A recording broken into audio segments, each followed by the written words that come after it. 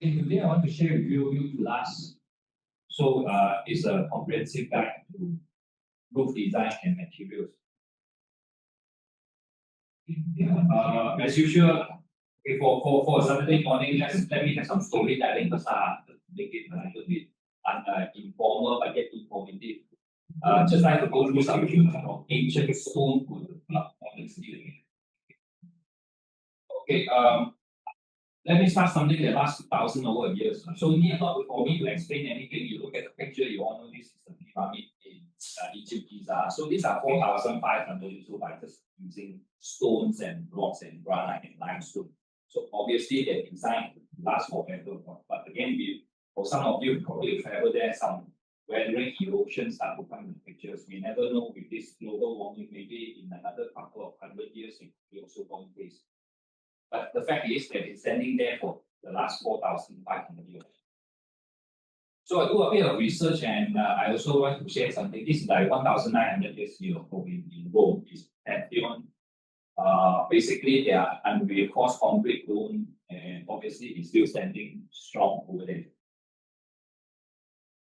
In Japan, this is Oryoji temples. Of course, I believe in China, they also have this kind of temple, and some of you probably have watched some documentary before. They don't use bolts and nuts and nails. Somehow they can join it. So fantastic architectural thing. So these are wooden structures still standing there without. And actually, I was surprised it's quite old. So these are some of the ancient buildings that last thousands of years. So if I move into some modern iconic landmarks, right? I just want to share, while those you probably need have a lot of maintenance. But today, some of the modern landmarks, on the other hand, you require high maintenance. So Statue of Liberty is basically using green composite. You're aware that the green color of Statue of Liberty is a natural color, it's basically copper natural oxidation turned green. However, they're standing right in the sea, right? Based on what I found on the internet over the year, right? For example, during the 80s, right, they have to spend 87 million US. Back then, it's a very good number just to fix a lot of severe corrosion, structural decay, and many parts to stop the galvanic corrosion. If I may recall, there was a time that took a long time to stop for visitors because they take many years to repair. So this is one of the iconic buildings that require high maintenance. Also, fun fact, another require high maintenance is Eiffel Tower. I come to know that the mix of they call it some kind of other iron, which is also a corrosion probe because they want to maintain natural appearance. Therefore, apparently every 7 years, they will hire a team of 25 painters to take 18 months. They will use 60 tons of paint, right? 60 tons of paint is equivalent to another equivalent, don't know, they have to pay like 20,000 tons.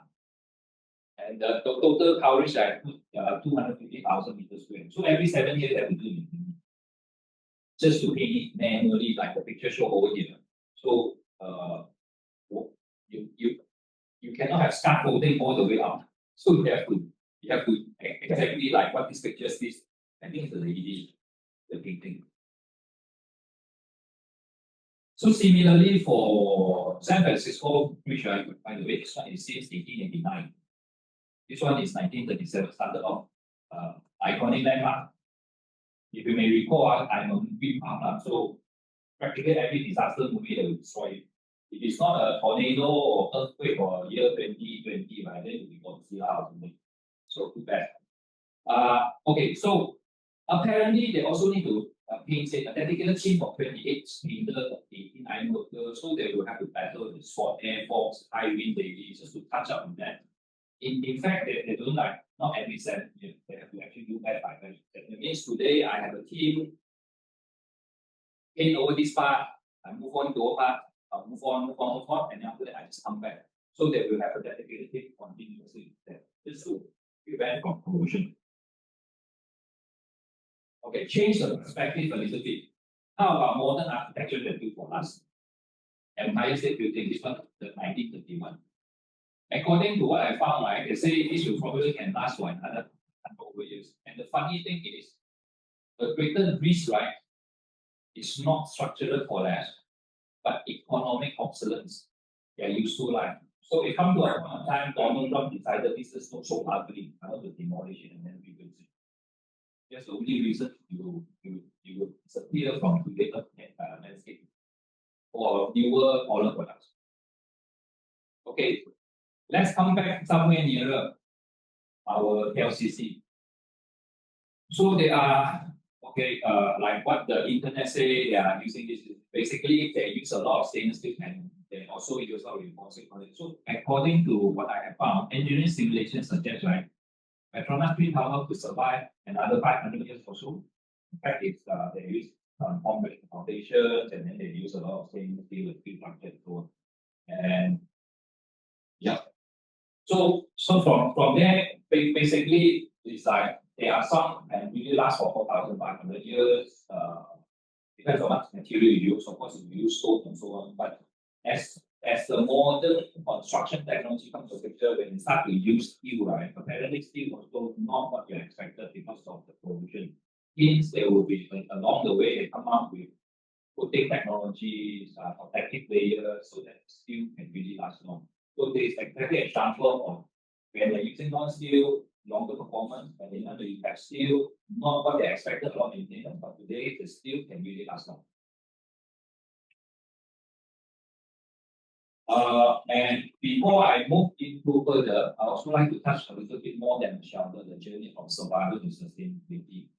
I just like to share some of my point of view. Today, the pains everybody is facing in. The owner is all one chip. That thing you have to rethink. That from a manufacturer point of view is also very tough because we are being squeezed and squeezed and squeezed. That's why I just want to share. This is my thought.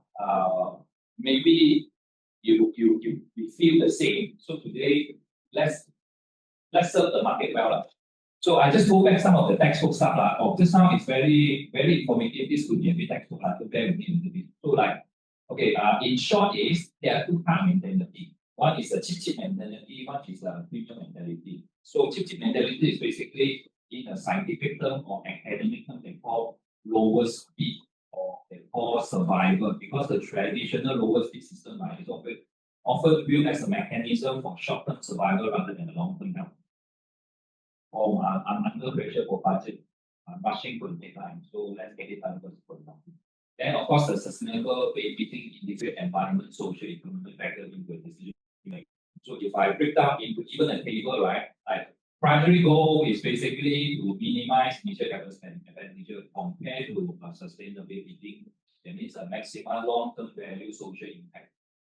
Of course, price only price dominant, but it's multiple criteria. Price is one factor with quality, including ESG, like just now, Chong told me that today all the group by default have to be solar. So if you do not factor in the solar ready group and you want to buy a cheap group, so-called part burner type without any holding part, then later on you have then risk profile, of course, you have high risk of dispute and you cost overrun and of course this one you can ask a risk management reputation, then supply relation funds. This is transactional, often adversarial, this one is collaborative and trust based. So I just put into a more academic way in telling people today is either people go for cheap or go for premium kind of mentality. And also this is also straight from a textbook. You can see that the iceberg of life cycle costing. Construction cost is actually the tip of the iceberg. There are also many things hidden because you won't see the utility after you finish it. You won't see the maintenance cost after you finish it, including demolitions. That's why the construction cost of building is only 10-20% of your total lifespan expenditures. My point over here is ignoring the long-term operating expenses, right, is very tempting initial cost, but subsequently there will be a lot. For example, recently there are reputable electrical appliance company approaches. I need not to say name. If I say the best vacuum cleaner in the market, you should know who in Johor, the factory. They are having a very serious water leakage of their facility over there. They call the Malaysia campus. It's a global development center. Imagine a lot of activity over there. from office to manufacturing, but they are having a problem. But the fact is, the factory is 20 over years, over time, expanded. Not only the roofing problems are, for example, the gutter is definitely under design. So they have leakage over here. The gutter is not sufficient to cater to water and so on. Imagine in a so-called a campus facility where they leak, they say, like a waterfall. So some of their flooring is destroying. So they are now considering they want to remove it. And the way they now look into it, also being an international company, they are definitely not looking for a cheap solution. They want long term. So again, just want to share. So since lifestyle is on the roofing, so some of the maintenance issue I need not to go far. Let me just focus on the roof. So knowing about a problem can occur on a metal roof, right? So if you think a little bit further, this will help you to prevent the issue from the very start. So you have less time and money to spend with them. Typically, need not to say much. You have leakage problem if you don't do the roof. In fact, today I must say that the roof, when we say leakage, right, it's not necessarily right in the middle, that kind of things. I will say the roof normally, if you leak right in the middle of the roof, it's either the installer accidentally nudge a hole, otherwise it should not be. The leakage normally comes from the termination point, patching area, piping area. So that will come back to what you design in the roof pitch and also a bit of workmanship. But leakage definitely is a big problem. Of course, subsequently, you may have the corrosion problems.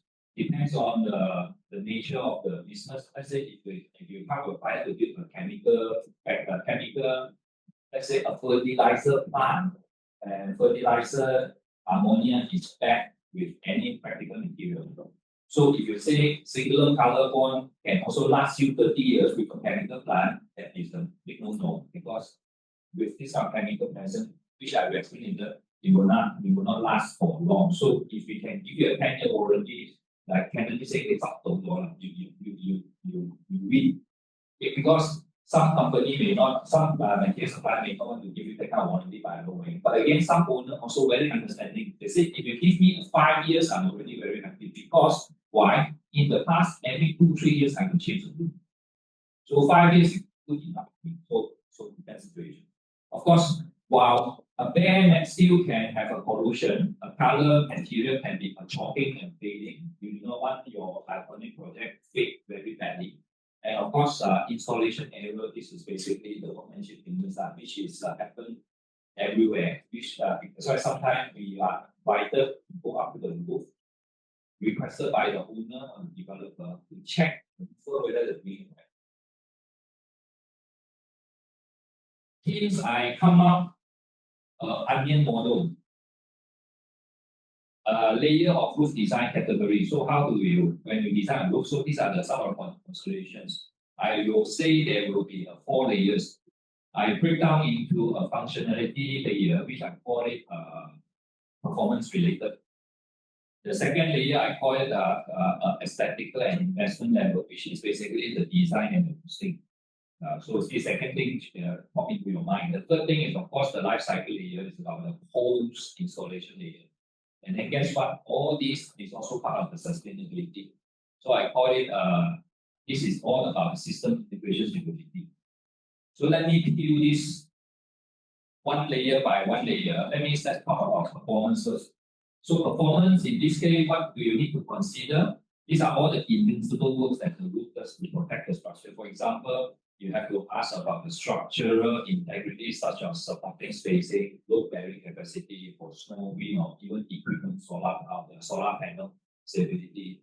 Of course, roof, like I say, it will be the shelter, the envelope. So you have to take care of the so-called roof pitch, to prevent bonding, you manage the rainwater flow, drainage, etc. Environmental control, roof also come into the performance in terms of heat insulation, heat resistant, U value, solar reflectance, sound dampening, acoustic performance, STC, ventilation, etc. Of course, safety, Class ABC or PS476, security against intrusions. Nowadays, we hardly heard there there was a time they say the tap will normally open up the roof tile and part in the house. Now, actually, I hardly heard anything nowadays. 10, 15 years ago, it is. So, with a metal roofing on residential, right, it is actually very difficult for the people to time out because you cannot open up a metal roof, especially the standing seam and triple cut. So, this is a performance layer. I moved into second layer in terms of design and costing. So in terms of design and costing, this is basically just put it like from aesthetical value. So what kind of profile, how does it look like, how do my design can be visualized, shape, the shape of the whole design, the pattern, and then like if I want to design something curved, so what kind of roof can go into the curve if I have certain pitch. If I want to have flat roof, so how flat can it be? So what profile will be appropriate? Of course, initial costing, there will be like metal versus tile, GI versus single, make it locally versus import, complex shapes, hidden costs, you need special fastener, and so on. Of course, the architectural fits. So how does the roof complement the whole building design? So it can be a modern minimalist versus a heritage. So again, this is some of the so-called design costing. Because if you want to have too complicated design, of course, the cost also should up. Of course, if you have a minimalistic design, it would be a much more manageable in terms of cost. But of course, maybe some of the client or yourself saying that minimalistic is not my style and I want to go for and so on and so on. So this is just some of the design and costing point of view. Another post installation is installation method. Actually, nowadays you're also facing some problem. You know, in the construction industry, if the communication is 100% effective, well, that will be drop from heaven. Along the way, there will be some miscommunication. There were times we informed the architect or the consultant that may not. We did not say exactly no. We say may not, and then the consultant will take it. Yes, can do it. So by the time construction, then it cannot be done. So it's also happened. So installation method is actually also key, of course, maintenance, weathering, warranty. So these are all the post-installation I have to think about. Then eventually, if I wrap up everything, these are all the sustainability. So whole life costing, sustainable construction material, climate change. So need not to say much. So these are some of the considerations that I suppose is today trend in the design. Even Penang is very much like say, think about solar whenever you move it. So let me do a bit of just now you mentioned that when you have a solar panel, then you have two types. What are two types Okay, I mean later on I'll explain. In short, there will be two types of roofing installation method. One is a concealed fix. That means like click lock systems and leasing system you see the fastener. Another one will be as simple as so-called fastening method. If you have a roof, let's say with a corrugated baby type of roof or a trapezoidal type of roof, which is very common. When you install the solar, the type of clip, right, they cannot clamp it easily. So the only way to secure it, the clip have to fasten onto the roof. The profile, the width is not high enough. You have nothing to grip. For a clip system, right? The head, I call it, let's say, if you see in clip lock system, and it's not only like all the clip system, right? The clip there, the bridge line is like a mushroom head. So you can get a type of clamp, right? Which you can just clamp and then it's quite secure. Even like sending it outside, right? They can also clamp. For example, even safety lifeline, right? They need not fasten it. They have a clamp to clamp onto the roof, which is strong enough to create a safety line. So if by doing that, you don't have to fasten it. So you just clamp. But if you are talking about, if you have to fasten it, right? Imagine one clip, you have to fasten 4 nuts, 4 screws. And then each solar panel, you have to have 4 clips. 4 is 16. And then you have 100, 16 by 100. So you have to fasten 1,600. So it's basically a punching hole everywhere. So you mean those that without the muscle shape, which then they have to do punching method. They have no choice than to do punching method. Or in order to minimize it, sometimes they will use aluminium hollow bar so that they will just punch 2 points and then they can put more tape on top. Yeah. Again, I will not say this is a big no. It's just that it's an alternative. That's why if you want to plan it, that's why nowadays we're saying that you better ask your owner in the design, right? In long run, do they intend to do solar or not? By knowing they want to do solar, right, then you can use the six system, different mixing system. So if you are not doing solar, there's absolutely no problem. Exactly, absolutely no problem. Okay, I'll do a bit of decoding by choosing the right material for the ultimate use.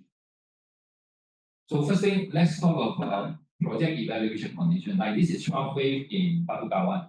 It's close to the seaside. So like typically like in all either a line sub presentation or scope presentation, we're saying that because it's close to the marine environment, so this use color connectivity, use ultra and 200, etc. So these are so-called evaluation. For example, because roofing and walling, we are the building's primary defense against element. Like some of the very long time ago, some of the talk, right? Like when I do storytelling, right, I say in the past, the so-called cavemen, they have to look for a cave because they want to avoid the rain, avoid the wind.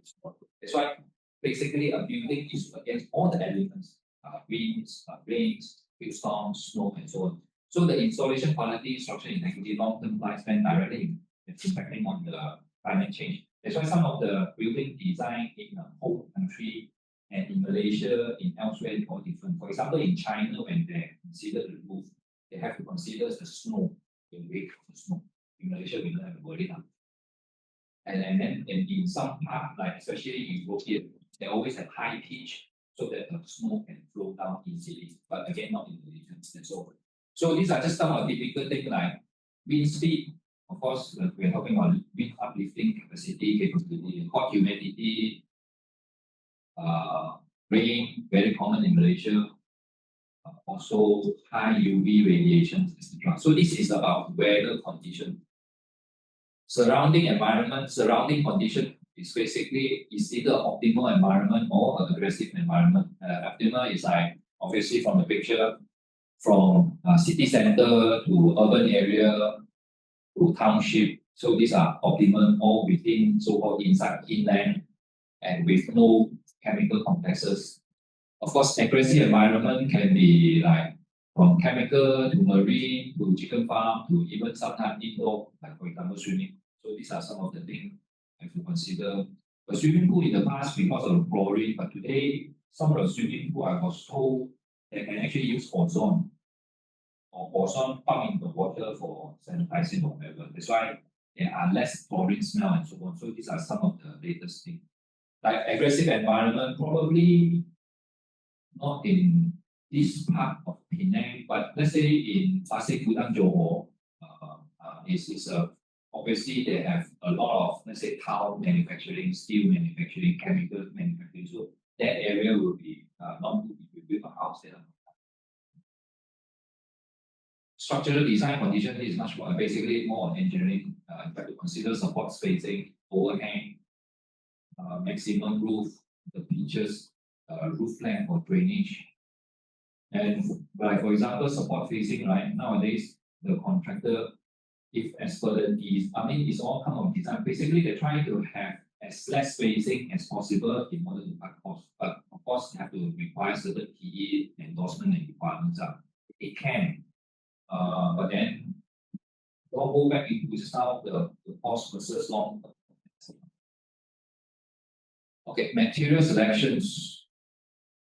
Okay, one of the things, the thing that I do hopefully give you a clearer picture. Also similarly from one of the architects now, a lot of people they do not under they sometimes they confuse like they just heard too many words about galvanized, zinc, aluminum, magnesium. The keywords that heard is galvanized, zinc, aluminum, magnesium, imported and etc. Zingalum, galvanum. So what are all the differences? So I just like to take the opportunity to really decoding it, dissect it slowly, so that you will be understand better. Okay, first thing first, in short, in the market, right? I just simplify. I just break down into there are potentially three types of roofing. One is a metal, right? Then there's concrete, ceramic tiles. Of course, there are also export shingles. I think shingle less in Malaysia. So if not, basically this one very straightforward. Is either you want roof tiles, normally for residential, or you go for steel roof. Of course, all the commercial and industrial will be steel roof. Of course, nowadays some of the residential they also offer steel roof. Then metal is a generic term. So metal, I continue to break down, right? There are three types.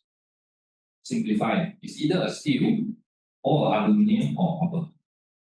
Copper roof, very specialized niche, maybe again not in Malaysia. In Europe, some of the, say, Italy or Spain, because they want to have these heritage things, right? That they will use copper so that it naturally fade into the green line. What I seen just now, I think it was statue liberty. Yeah. But then copper is not cheap. If you have copper roof on top, right, the next thing you'll be disappear. Copper lose money, so somebody will go up and start cutting it. Of course, then next one, aluminium. Aluminium, yes, we know aluminium lasts long, but bear in mind that aluminium is a naturally malleable material, so it's softer. So in order to apple, right, to have an aluminium roof is to be thicker. So if I say, wow, typically a metal roof say let's say at 0.5 for easy comparison. Aluminium equivalent, you might need 0.8 or 0.1. Not to mention aluminium. Yes, aluminium can do wonder, you can do curve, you can do setting seam easy, you do seam because it's softer, but the fact is it's very expensive. But there are roof required aluminium. There's LRT Penang request. I think LRT Penang they ask for aluminium expensive. So then steel roof meet all purpose, meet all the functionality. That's very common. So how do you choose a steel roof?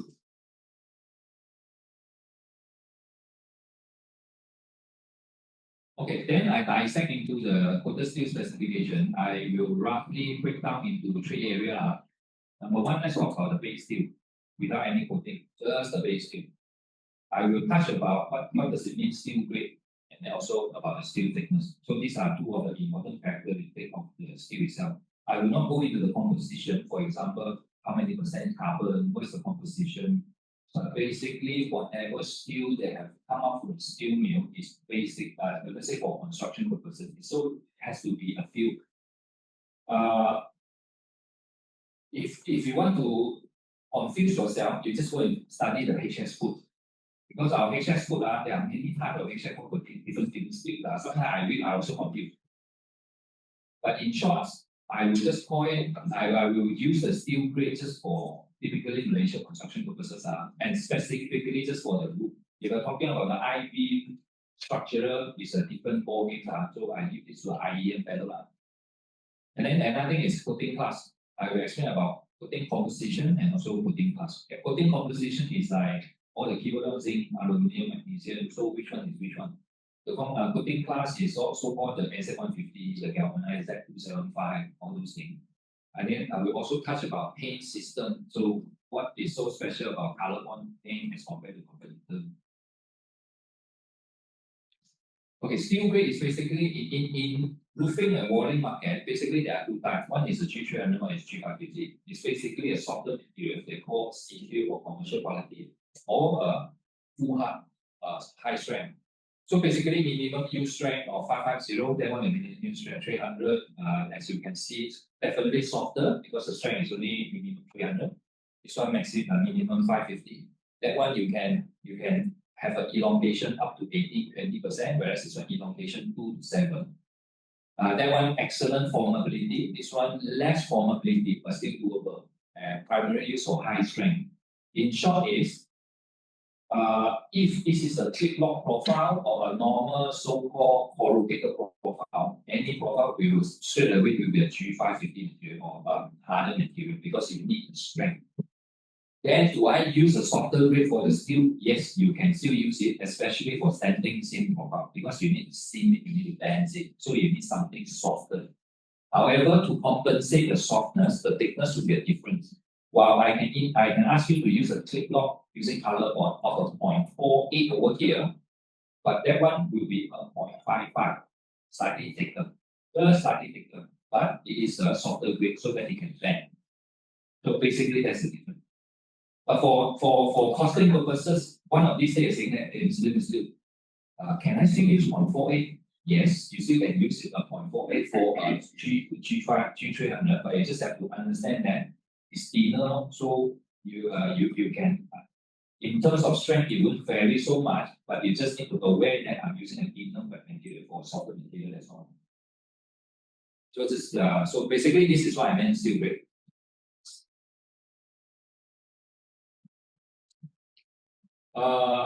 Let me talk about thickness as well.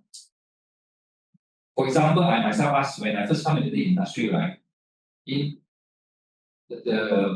I also asked some stupid question before. Like, why is this market don't come up with something that round number like 0.1, 0.2, 0.3, 0.4, 0.5? As simple as why you come up with 0.42, 0.48, 0.55? It's like never consistent one. Being an engineer have to be structured. I also don't know why. Probably the only explanation probably they are maybe imperial system in the past. Then you convert into an SI, then they come on this so-called from 0.42 jump to 0.48 control. Yeah. So I just want to explain, right? If I jump back into just now my steel making 101, let's talk about flat steel for all applications. As you can see, I also classify into 4 types. So anything less than 0.2, 0.2 is really, really thin. It's let's say for foil. Okay. Then anything between 0.2 up until 3 mm, right?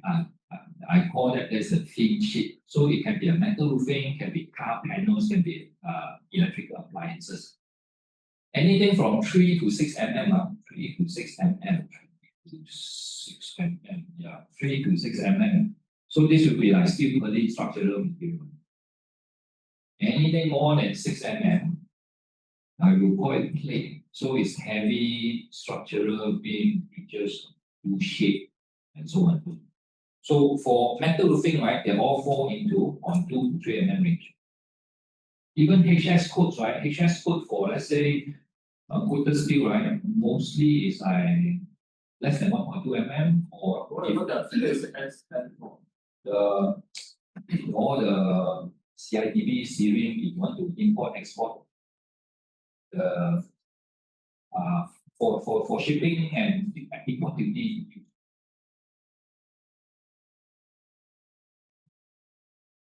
For thin shades, okay, then let's come back just now. I'm talking about a general flat rolled steel. Now I move into metal roof.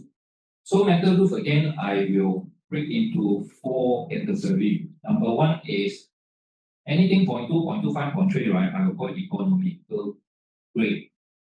These are as for retail market. Let's say DIY, temporary structure, low cost extension, minimum load. So you can buy this easily from any hardware shop. Anything from 0.3 and then anything above, somewhere 0.35, 0.4, right? I will call it that will be a standard retail grade. People will use this even for houses because it's cheap, it's thin. But for project grades, that means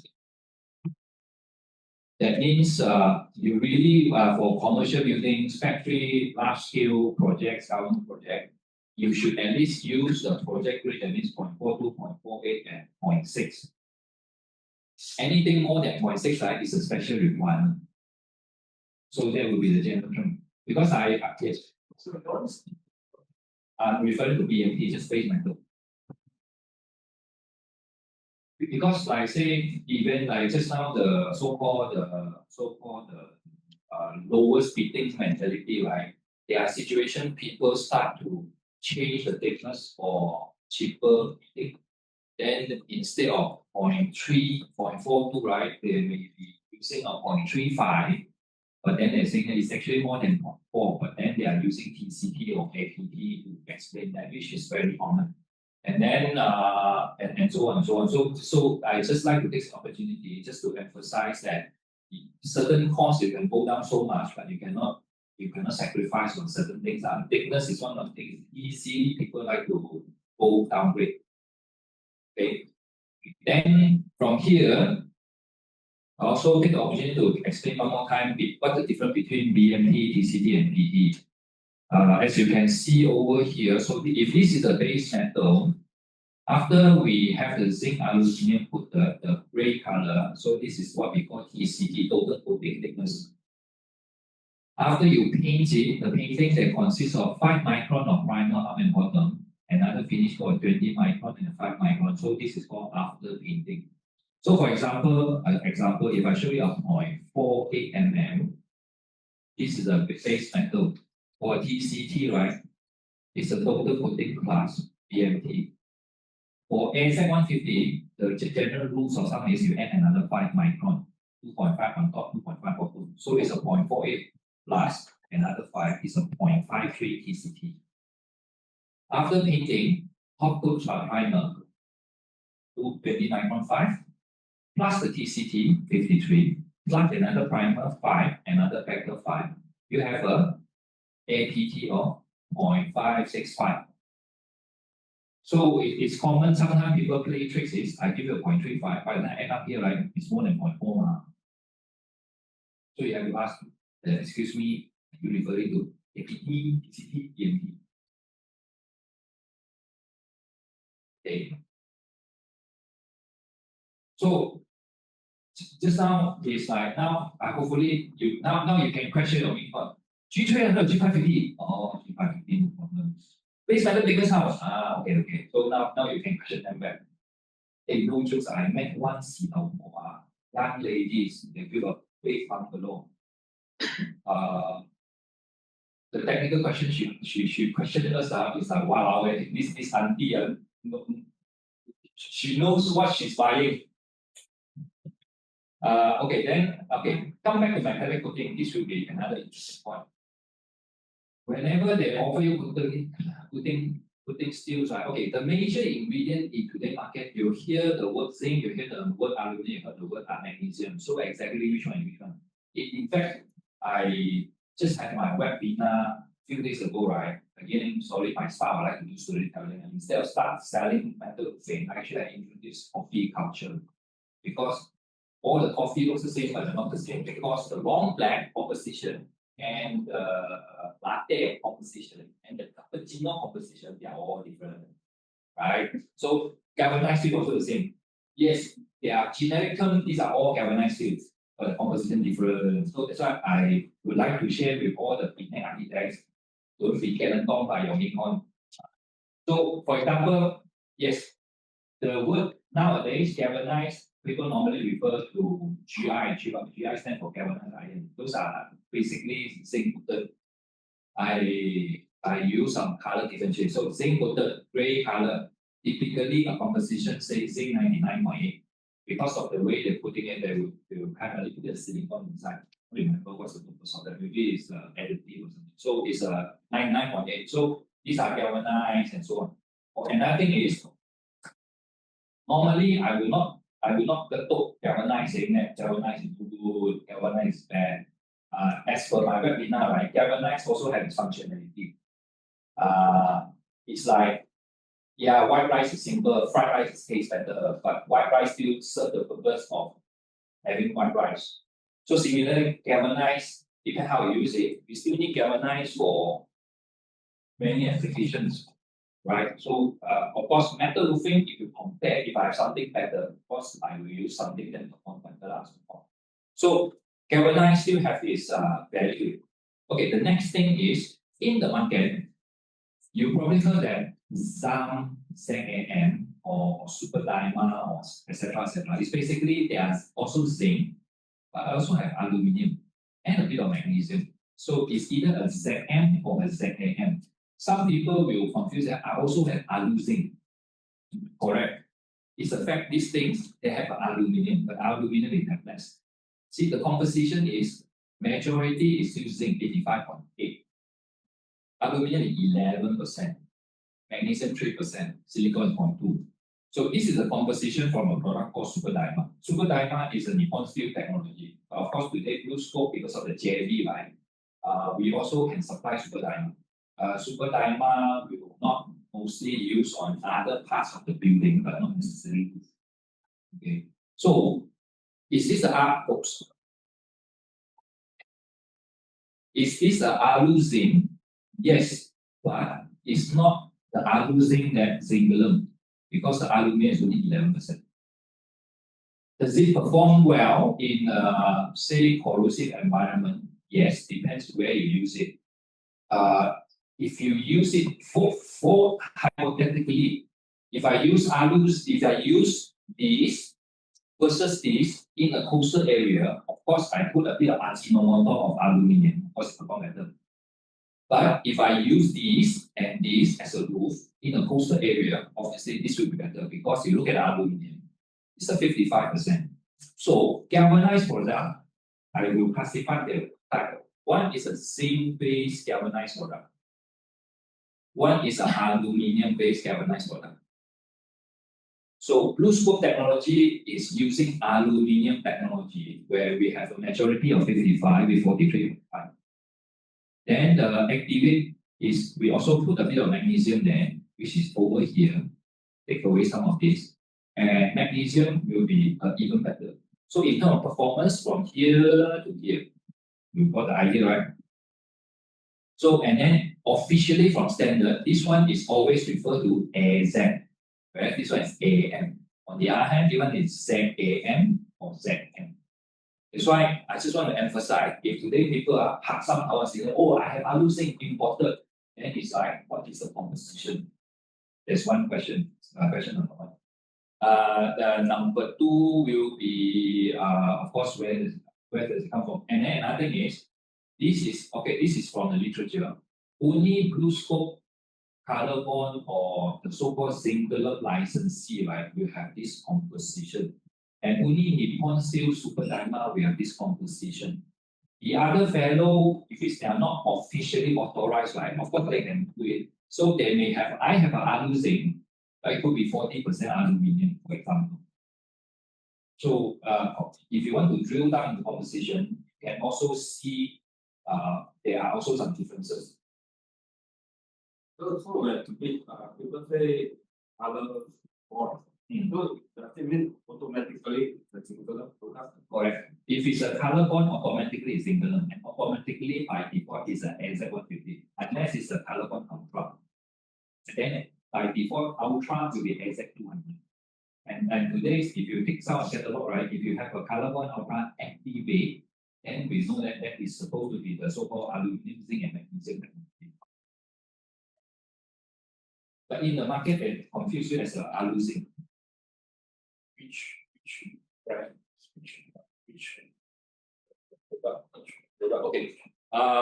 For example, this is whatever in the market generally. And for example, CSC Malacca, they are a GI manufacturer. So their brand, for discussion, no problem. Their brand is like real color, real zinc. So that they have to produce everything in galvanized. So if I'm not mistaken, they are also coming out their version of them. So they also start to do a bit of alu zinc, but their base is a zinc base. It's just that the aluminium is an additive. Improve it. Whereas ours will be an aluminium base. So blue scope is the last scoop. Can I just ask? Yeah. Because I'm confused. Yeah. We are talking about singular. Because most of metal weight really is in this. Thought that there was a high content of iron and steel. Does it mean that the center part of the ship is steel and then we coat with sort of here is the center part with the core of it made up of steel or iron? Today they're all steel. So how many percent of the core, for example, with the base metal, say, 0.8, how many percent or how many millimeter is steel?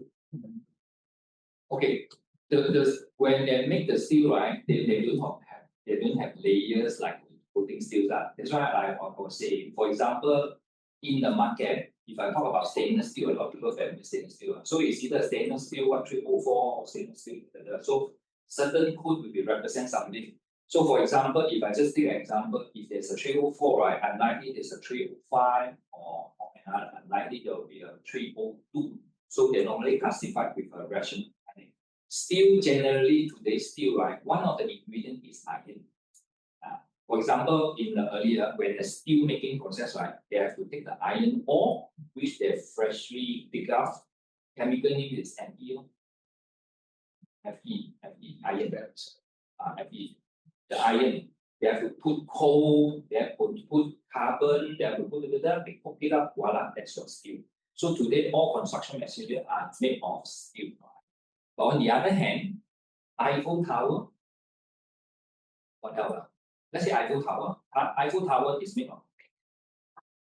That's why cannot say that's why they have, because it's the 1889, it's a long time ago. Steel technology is not available. The moment when steel came in pictures, right? Today nowadays it's steel. But of course, if let's say if you go and check the import export Malaysia CIDB or whatever the import the HS code, right? Sometimes confusing. There are also many type of steel. There are 0.6% carbon steel. But in short, I was saying that construction material they are all carbon steel. So we have a core part which is carbon. Which is the carbon steel. And then coated with the zinc. Correct. With the zinc. Which is exactly like this. There. Exactly like here. So this is the base steel. This is the carbon steel. So this is the one that so-called G300, G550. Then they coated with the layer, just like the kuih lapis. So if this is the base steel, this is a coating. See, the white color is the aluminium rich. The black color is the zinc rich. So what I indicate over here is only the coating. So steel is steel. Oh, yeah, sorry, so sorry. Yeah, no problem. So the coating characteristic, this is exactly the picture as you can see. If the singular line in Kappa is open for visit. So for example, one of these days, we can even organize a tour, say Penang, Northern Chapter, visit Kappa. My colleague Stephanie, she arranged that. You can actually go to the factory and visit how they do the coated steel. Like you can see, this is just a snapshot. Everyone will have slight design, but I just want to show you. You see this shiny part, right? This part, this is not from Kappa. For whatever reason, PNC purposes, I can't find any picture from Kappa, so this is from internet, the best I can get. But basically, same setup. So this is the furnace at the back, right? They have to go through the furnace to coat the steel into the steel grade that we want. So which is a G300 or G550. You want to make it softer, burn more. You want to make it harder, burn less. This way. So they come out, and then they also need to make sure the surface reach the temperature they want before they coat it. So when they come out into the coating pot, which is already melted the zinc aluminum, this is where the so-called 43.5%, 55% things, or so-called do a proper quality check. Make sure the pot inside is really the composition or the Ajinomoto inside. Then they will just go up and voila, they should put it just like put it up. And they will use an air jet by blowing air to strip off the excessive to control AZ150. After it dry, then this is the finished product that looks like this. So you are using spraying method? No, you basically hot heat. Basically heat inside and come out. But then how do you control the thickness? Because it's still hot, we cannot physically scrap it. So they will use an air gun and blow it, strip it off with some so-called engineering control. So that is where the QC. After they dry, then they will send to the lab and check, make sure it has one. How come you put down? Not something. That is a natural phenomenon we call spangle. But let's say if you want to buy a singular for your roof, it will look like this. But for painting purposes, they have to go through another surface treatment. They will use roller to crush away all the spangle to make it more shiny and flatter before you put the paint on top. So for the coating characteristic, right, of course, it's important that it is corrosion resistant, that make sure your NZ150 is enough.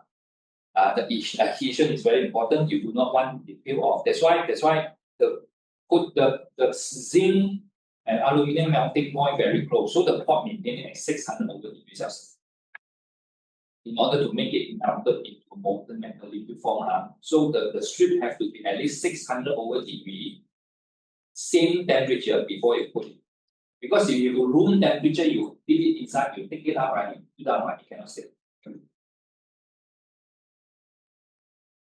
So yeah, you do not want this one, for example, then the ductility, because if it's too strong, too hard, right? When you do roll forming into a roof, right? And of course, spangle. So these are some of the typical coating characteristics after you put it. Also part and parcel of the QC that related. Okay, then coating class. I come back into the four material from galvanized 100% zinc into the so-called super dimer, which is the zinc base with a bit of aluminium additive, zingalum, galvanum, and also the so-called activate. In terms of the coating class, there are also three. It can be a light duty coating.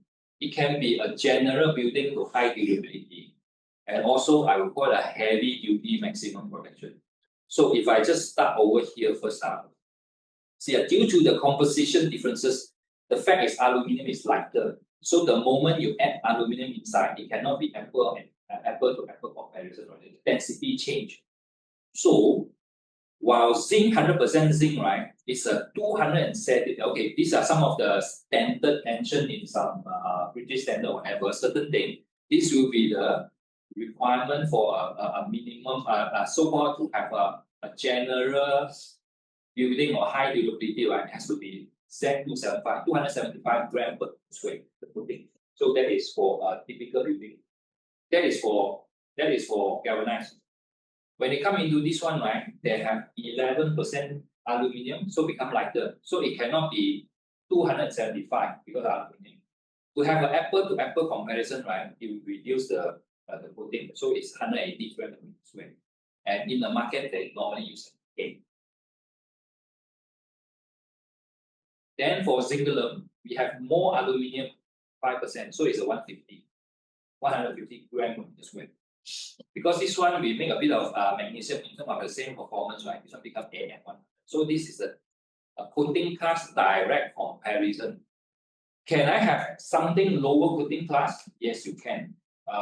For economic version, for example, even iPhone also have a cheaper version, or let's say, if I take cars, right? While you have a Accord, you can have a Civic and a City, right? If you have a Camry, I have a Altis, I have a Vios. So similarly, you can also have a lower coating class, but you just have to understand lower coating class performance will be less of similar kind.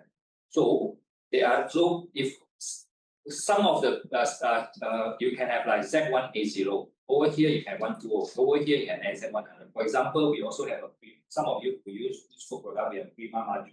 Prima Maju is Z100 because sometimes the owner saying that I like loose scope product, but I cannot afford other one. I will have orders. Yes, we have Prima Maju, for example. So it's a Z100. Yes, you can have it, but anything go below that, I would quite like duty. Z90, A60, Z100. I would say this is typically between market. Then there will be a special requirement. Like it can be go up to 350, 450, whereas we have they have 200, whereas we have AZ200 and AM150. So this is basically just to let you understand different coating material, different coating class represent different things.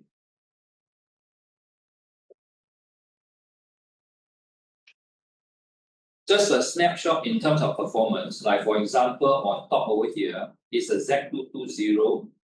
The lower the coating class, if you do a simple 500-hour soft spray, you can see the performance. What are the numbers Coating mass per meter square. So the higher the number, the The better. better. For example, like paper.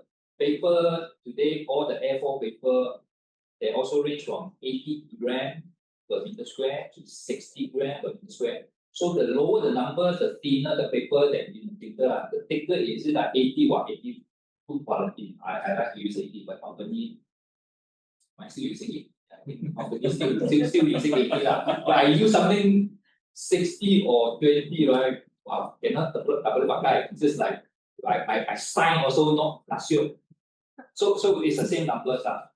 Even like I was in baby fiber industry before to do the non-woven, right? The density of the non-woven also measure like 100, 120, so on. That's why from the outer layer, they will use a thicker, maybe 100 gram per meter square for the non-woven. Whereas if you want to use the inside the core where they wrap the absorbent, right, then they will use a thinner material like 50 something.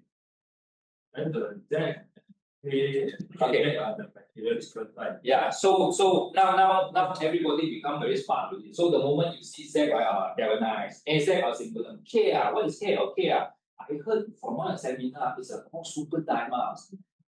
So okay, I do okay. This one all straight from catalog. For example, if this is just a compare for zinc, you can see that the lower the coating class, the performance is poor lah. Remember, I have a comparison of AZ150 versus a Z275. So AZ150, if I'm not mistaken, also doing the same 500 hours, right? Say 500 hours still have no rust, whereas this one Z220, right? 500 hours already have some rust. This one again another comparison of the super diamond. This is a super diamond. This is a galvanized. Think of it this way, it's just a natural phenomenon. Because I have 100% zinc versus the other thing, all so-called with additive inside. Of course, the other will always perform better than zinc alone. Of course, this is just an aggressive test just to prove a point that the performance does not mean that galvanized tak boleh pakai. Because if you want to use galvanized for a barbecue stove, galvanized for some window frame, or galvanized for whatever purpose, right? It's still not made in functionality. So I quickly go into paint characteristic. For example, paint. Before I go into paint, right? Paint is paint. It's like in the world there's only one type of paint. In fact, there are many types of paint. For example, and then also. Like last time, I do something stupid before. I thought all the paint is the same. Actually, there's solvent-based paint and also water-based paint. You know, little kids, right? At home, when your parents start painting, water-based paint, play after that, wash away. But then this will also have a solvent-based paint. You go and play, because that's solvent-based. So there are differences. So I just want to share. So there's an oil-based, there's a solvent-based. And then paint is also like making cake. It's all based on formula. The key thing is the resin. Oil-based will be so-called oil-based resin, which is so-called petrochemical solvent. Whereas this one is emulsifier. That means it's like our cream or our mayonnaise. That means it's water-based oil, right? So your facial cream and mayonnaise, they are actually very oily cream, but it's washable because it's water-based. So paint is you use a resin, which is a emulsifier. This one use a so-called resin.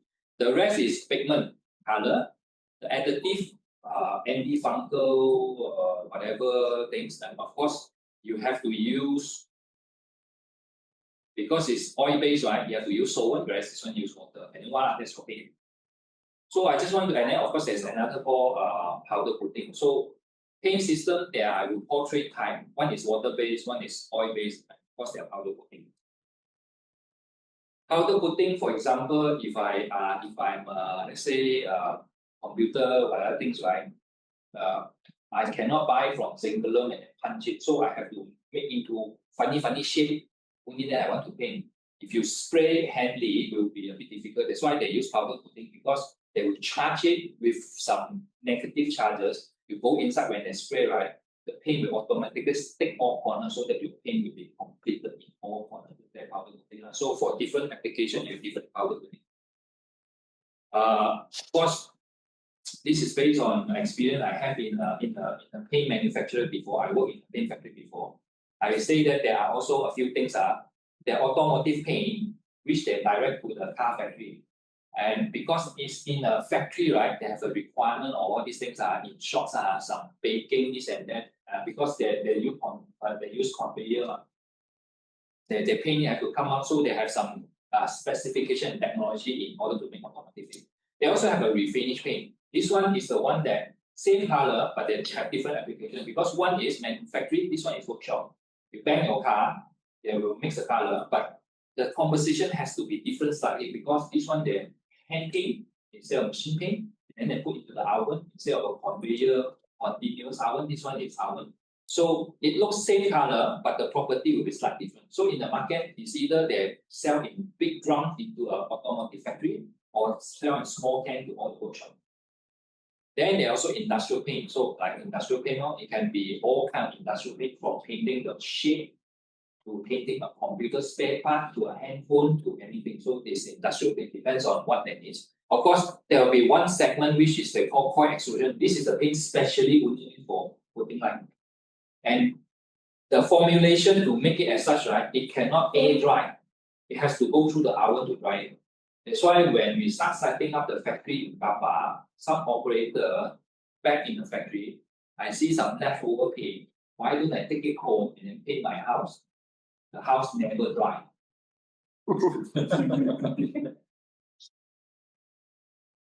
That's why it's important. That's why people saying that there is a color bond and other pigment. Because the fact is because it's a special paint for that kind of person.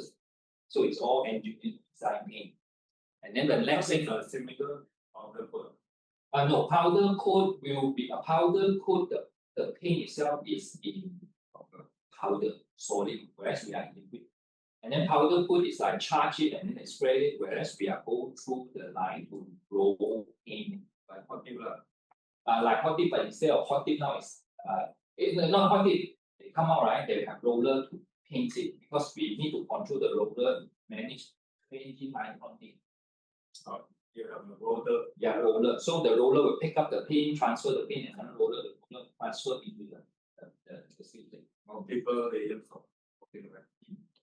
So again, just a snapshot is in the primer they are polyester, super polyester, SMP, and then even PVDF. So if let's say you want to use a thing called PVDF in the market is the best paint system, as you can see, best in terms of flexibility, resistance, color retention, and so on. But of course, you see the dollar sign is very strong.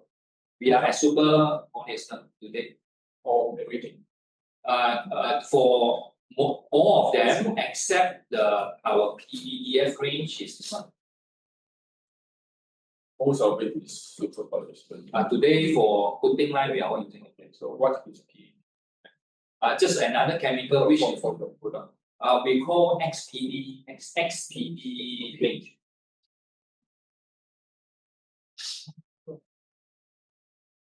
Okay, then this is how they think. You see, there's a color, the blue color tray. So I pick up the paint, transfer over here, and then transfer over here. See, you see here no paint. It's because they don't paint bottom, so they paint on the top. So paint flexibility important, because if you don't have the flexibility, you crack. Then Eventually you just have one side. the bottom we have a gray color, a packer. We have our Let's go for it. There is a 5 micron underneath. On top, because of the weather, it became 20 micron. Then we have 5 micron. Chalking, that means this one raising, breaking down. That's why it's so called chalking and so on. Color retentions, of course, the gloss retention. So again, painting line almost the same. just a wide range. This is the PVDF range color model. We also have a fluorescent. This is the matte color range. This is a standard color spectrum. So just some and then also today's right. While this is a classical color, if you look at our brochure, right, we have all the SI value there. We have like 29, 40, 31, and so on. But for GBI required, they say anything more than 80, you can get 1 point. So we have a light color shade. So you can see Africa white is 83, off-white 82. So if you want to aim for GBI, this will be the range. Okay, design, roof, and cladding. Again, I want to dissect because it's a question. Your color coding is a DMI company a product. It changes color under different sun angles.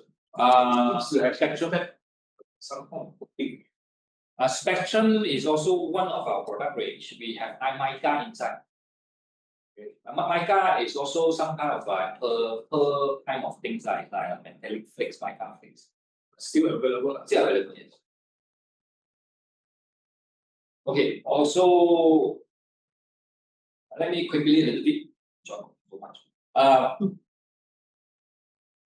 For a lot of people, like product, right, all galvanized, all the same, which I explained, they are not the same. So metal roofing, a lot of people also say, oh, they are also a piece of metal roofing, all the same. No, metal roofing is more different. So I just take the opportunity to dissect. See, with the metal deck, generic terms are or the metal cladding can use for roof, wall, can use for facade, can use for ceiling, can use for underliner, right?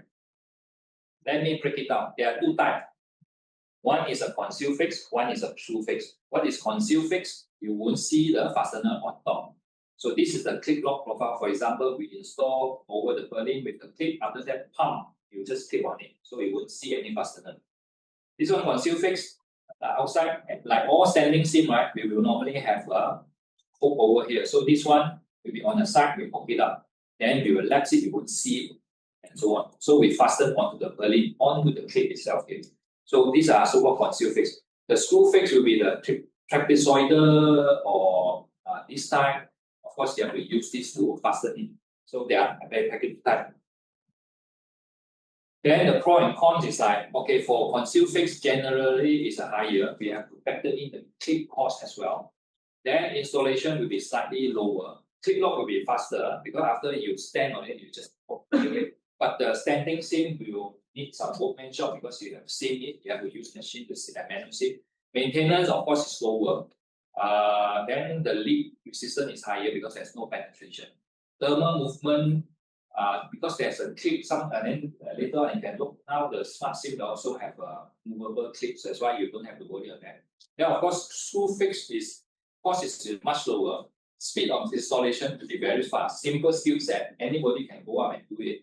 Of course, the maintenance will be a little bit high, like regular retopking, and of course, moderate, depends on the washer. Because blue scope, Lysat is recommended EPDM, not the normal plastic. And then, of course, the thermal movement limited. Sometimes depend because you so-called you tighten it on the same spot. So there are always a pro and cons. Okay, then from the conceal fix and the screw fix, right? I will also bring into, I describe the configuration. Typically, there are a wide span for all the same. See, for even clip, right, they have a wider span here, and of course, 700 if I divide by 3, right, so roughly about 200 plus. Here is, it can be a 325 or can be a 525, depends on what you design. Whereas this one, right, they don't have a wide hand. They're all very close. That's why people will prefer, for architectural purpose, you prefer this one because it looks nice. This one, some other people will want that very industrial and so forth. So this is another thing. Then, okay, then how does it looks like? So in a real picture, close up from far, it looks like either this or that versus this or that.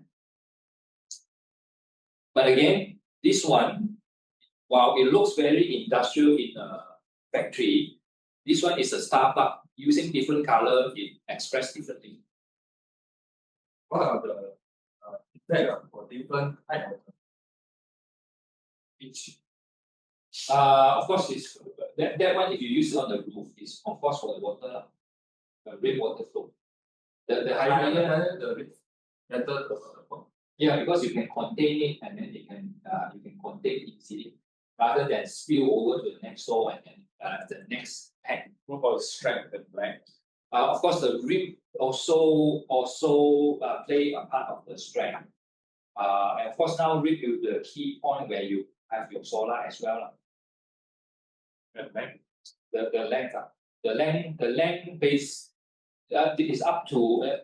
It depends what your design. For example, for hanger, right? Then you need a long length because you need to have joints. So the rib should be higher. Also, the rib should be higher, and then also based on our brochure, we have some calculation. The longer the length, they will have some. Can let you calculate what kind of water you're talking about.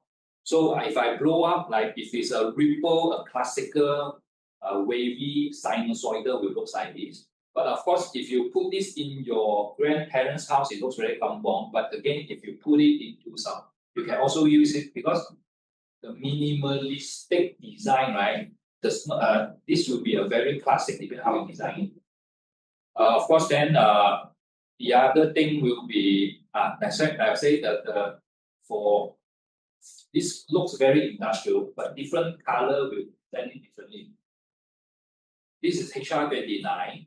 Again, if you say this one looks very industrial, but if you put the IKEA brand immediately, it looks different. Screw for Screw for wall. So-called the clip system with a wider span. Compare this and this one. I have a wider span clip lock system. This one, do you mean the screw that are more common use? yes, it is. So more people people The fact is more, right? It's never a water leakage problem.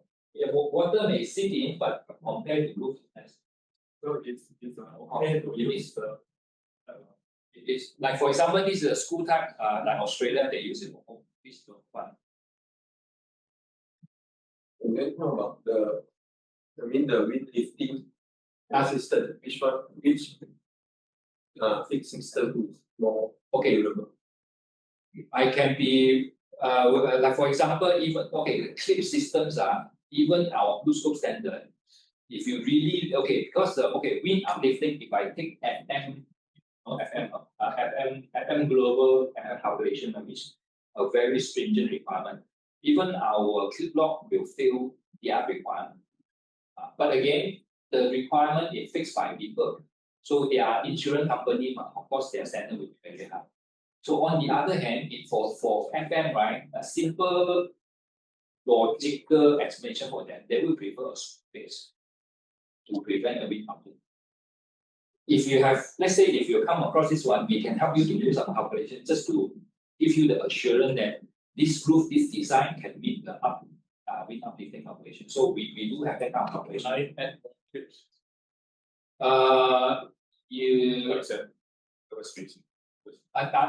Yes, for example, if you have spacing more rapid, right? Of course, you have more clips for the lifting. But Do you have a table of the capacity for the process of cutting? Okay, your question is we have to calculate and see because it's all go back to requirement. logically, if I add more plates, it would be better to avoid Yes, of course.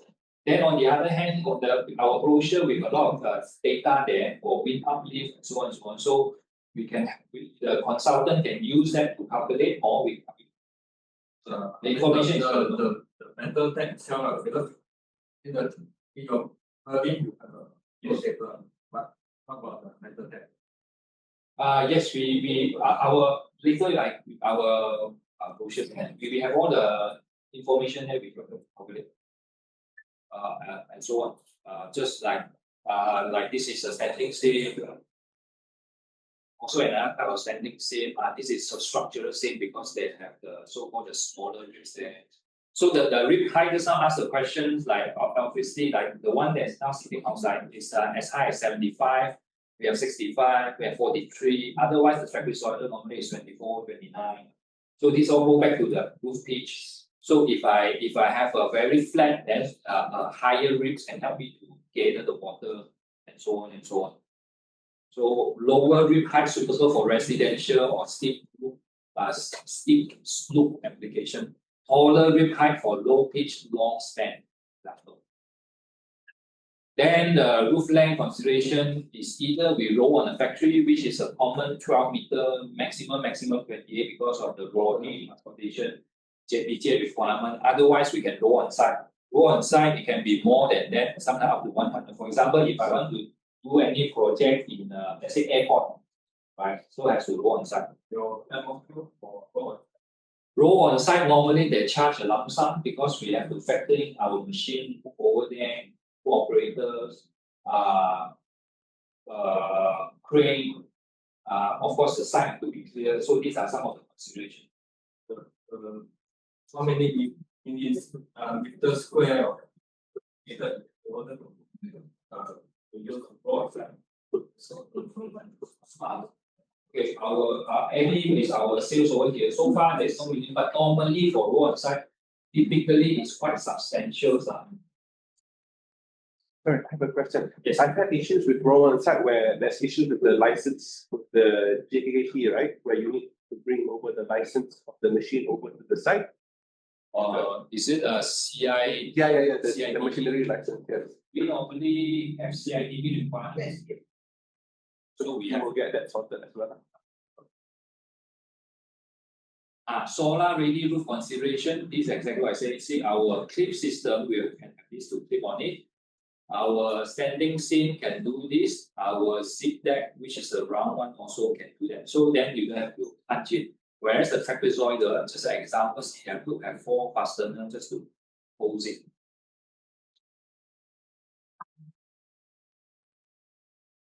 Okay, this one I just quickly insulations, another topic from aluminium foil. So Yes. systems now, Yes. say for a system, they can use the system, they can get more. Sorry, the You have a rating system for the ball rest system. what resistance? This is your clip on system. Yes. On the metal there. Yes. You have your own series of ball rest. For 4 arrests, we don't have 4 arrests, of course, it will be a different vendor, but we do Yeah. know that some of the Or 4 they use these because their system, they have their system, they have Yes. clip on as well. correct. But because of your roof profile, so I mean that you don't have a series for them. We don't have that, it's a different vendor, but we do know that the so-called safety company who are on Lifeline, right? Yes. They also have a type of things they can clip like this Yes. to secure it. So if that means, in other words, is if you're designing the roof, if your client requirement is I need to have a safety feature for safety lifeline and also solar, right? This will be a good choice, for example. those necessarily are sold by Comatic or Of course, they are different vendor. If you, for example, normally it's a solar guy who supply the clips, but we also try to liaise with certain supply. For example, because we argue sometimes even the solar guy don't understand what kind of wood, right? That's why we say that we can help you to source for. At the moment, we know someone who can do that. the pipeline also. Lifeline, we have not really engaged, but we can also check for you. We are specified your roof, the roof, Yes. but then also the light panel, we have to specify a brand from Singapore. Mhm. Yeah, to make it work, because Singapore, the product, they more commonly use the standing seam. In Malaysia, seldom use standing seam, especially in Vietnam. Yeah. Standings, okay, depend. Okay, we can double check. For example, you can see even though they are clips, right? The clip, the way they design is also following the ribs. You have to follow your profile. Correct. So in the market, there are many clips that follow the profile. Like this one is a round, they follow the profile. This one is rectangular, they follow We the profile. specify this one, the second one. So, yeah. So I'm sure the But safety. we found the vendor, but the vendor is a brand not from Singapore. Yeah, Singapore, yes, there are definitely more standing seat. Yes. But then the client had to buy it from Singapore.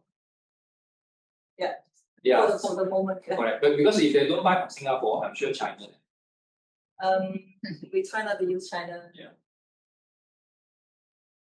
Okay, then insulation, basically everybody aware of that. So there are also single, double skins roof system. Subterranean Z spacer is also important. It's just that nowadays people want to cut costs, they want to avoid that or make the Z spacer smaller. But it's actually say can be critical. U value is a different topic. Everybody aware of that. It's just that part of the design calculations is also important. STC. So the key takeaway is shifting the focus from the lowest initial bid to a more comprehensive life cycle cost analysis. I would say that specifically when you want to evaluate your project feasibility. So you think about project feasibility, material durability, cladding efficiency, insulation performance. So I just quickly recap. So I talked a bit of this bidding mentality. I touched base on a bit of typical costing. So I just share with you my onion, the 4 layers. And then just talk about evaluating a project, so material selection, event group, and also some of these things. So that is basically my message to how to build to last. So that will be first part of the presentation. Yes. I have a question. Yes. See, the client always concerned, they want to chip, like what you say. The same time, they also worry because some of the building they going to own them for at least 10 to 30 years. So they are worried about people step on this and then the warping of the food. So for them, let the system that uses the sandwich. It's not instead of the conventional with the burrito and the chicken wire mesh type. Should be good enough. So from your side of experience, what is your I will use the same argument because the fact is if you're using a standing seat, for example, the 360 seat that we have, that means the flat span, it is for sure will be a double roof system. That's what they want to say. They can have another type of standing seat, but it will be a structural seat. That means similar like we all have that one you can have a single piece, but then it will look more like factory, like zip deck. Like this and then trapezoid type. Yeah, like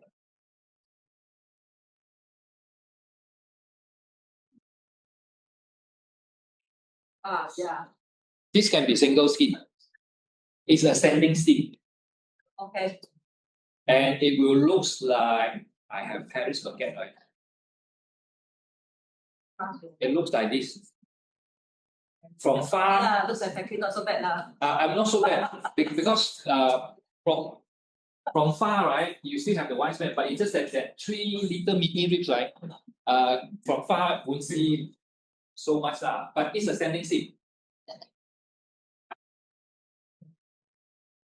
So how then the client will ask the questions? How does it qualify standing seam? Because the way they lock it, they seam it on seal fix. Rather than corrugated overlaps. Yeah.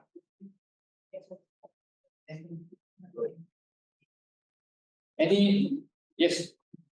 Talk something about the thermal property of the steel. How does it relate to the strength of the steel? Thermal property in terms of expansion. Okay. Same question? No. Okay. Steel. Actually, in my opinion, by working on steel, right, you need not worry about the steel thermal property because it's still steel. Yes, they will have thermal expansion, and then you argue Malaysia nowadays very hot, but the thermal expansion of the movement, I would say, is very. We have a written literature in those area that actually spell out is like thermal expansion. If you have a few over a very long sheet, so it's very minimum. And then today, like for example, one of the profiles, right, they have the thermal movement as well. The thermal movement law actually is minimized. How about heat transfer? Heat transfer, okay. Heat transfer, if back in the good old days, if I just have a metal roofing without anything, right, of course, if you heat are hot, not to mention sometimes we go hawker center, they just do extension with nothing, right, and then low ceiling, of course, very hot. But today, like my last part of our presentation, today they must come with insulation, not to mention the UPPL requirement, U value has to be less than 0.4. So today, die, right, they have to put wool, aluminium, so that should eliminate all the heat thing. Especially if you're talking about, okay, if you're talking about owner who actually feels that, let's say, bungalow owner, this bungalow owner, when they build house, right, they all have a high ceiling because they all have money to build a bungalow. High ceiling with proper insulation, right? Not to mention they open the aircon 24 hours. I would say that. Sorry, your question? Not directly related. Yes. Yeah. It's about symphonic system. Yes. Because I have been approached, have done some system. Yes. What is your opinion on that? Because I'm not very comfortable. Okay. Siphoning is another business that basically for the water taking. It's an engineer product. Yeah, Correct. so how long will it last? Yes, it needs to have the system done for. Okay, in terms of their warranty performance, I may not able to comment that. But 10 years, fast flow is the most reputable. correct, the After fast 10 years, then So far, I'm reading specific product. but the warranty is only there. Because what if it's after 10 years, next year? okay, I will say this way. First thing first, you can ask them what is your warranty again. So when I say last for 10 years, right? Again, what let's say 10 years, the pipe would not the pipe will deteriorate after 10 years, or the siphonic doesn't work 10 years. This one we just have to check. Okay, you ask me, this is an engineer product. It's actually proven in terms of engineering, and then I understand because fast flow siphonic system, instead of using such a big downpipe, which looks very ugly when you design. And many of them, you will see all these coming down from the gutter. So if you use symphonic, probably the whole roof, you only have one. Correct. Yes. My concern is long term. Okay. Just now I said I work in the paint before, right? I can tell you I also work in the plastic pipe before. And guess what? My company helped fast flow to OEM. All right. So the pipe itself is a UPVC pipe. So UPVC pipe, like all UPVC pipe, can it last long? I say yes and no, because UPVC pipe. But then because fast flow, they make it smaller, right? Not to mention that normally, because they make it smaller, easy to conceal. So normally. But the top part is all metal. The outlet itself is all metal. There are competitors coming in the industry counter with almost exact system, but not metal. And then we reject it because fast flow, the outlet itself is metal. Only the pipe is UPVC. Correct, because like I said, we used to. Because the water gas shaft is the outlet is important. That's why that time we only supply the pipe, whereas their technology, which we are not manufacturing for them, is their whatever side only the turbine they need. Correct. So that is their technology. But again, I will not able to recommend yes or no, but you're talking about the pipe material, first thing first is UPVC. Now she was saying that certain part is metal, and then certain part metal probably they will use stainless steel. Stainless steel. Yeah. So they will use stainless steel. Then of course stainless steel versus coated steel, of course stainless steel will be even better if it's really 316, for example. So I'm just curious about when they say only last for 10 years, right? What does it mean 10 years after that? So which parts that you cannot cover? We have used more than 10 years. But I will say that because of the so-called the cyclonic flow, right? Engineering involves. Well, you use a China, not the competitor brand or OEM, new brand, but their output part is plastic, and it's in one actually it's not even just install just within 3 months you already fail. So it's not really the siphonic itself is really very thick and efficient with material. That's why he start when he start right talk about material. That is very important. Yeah. Architecture is the use of material. Remember just now I was saying that the vacuum cleaner factory, they are not siphonic system and then they are under design, they're just not enough outlet and it's very shallow. They are also having a feasibility study have a siphonic system with the existing factory because the factory is already there. In order to make sure the water can come live, they have to consider that. But the siphonic guy, we will all Don't join. use gutter lah, it can just let it natural fall. They have to increase the gutter height. That's all the problem. So the Sometimes I have to turn the gutter so that when correct. That's why the siphonic guy, they will not only just introduce siphonic guy, in order to safeguard them, right? Not the recommend your gutter height also need to check out, just to be sure. But because of that, it's also affecting us because when we want to do a re-roof, right? Assuming the owner want to re-roof us, our re-roof also have to check out with the spacer. Re-roof check out with the spacer, nothing wrong with it. It's just that I'm more underneath it.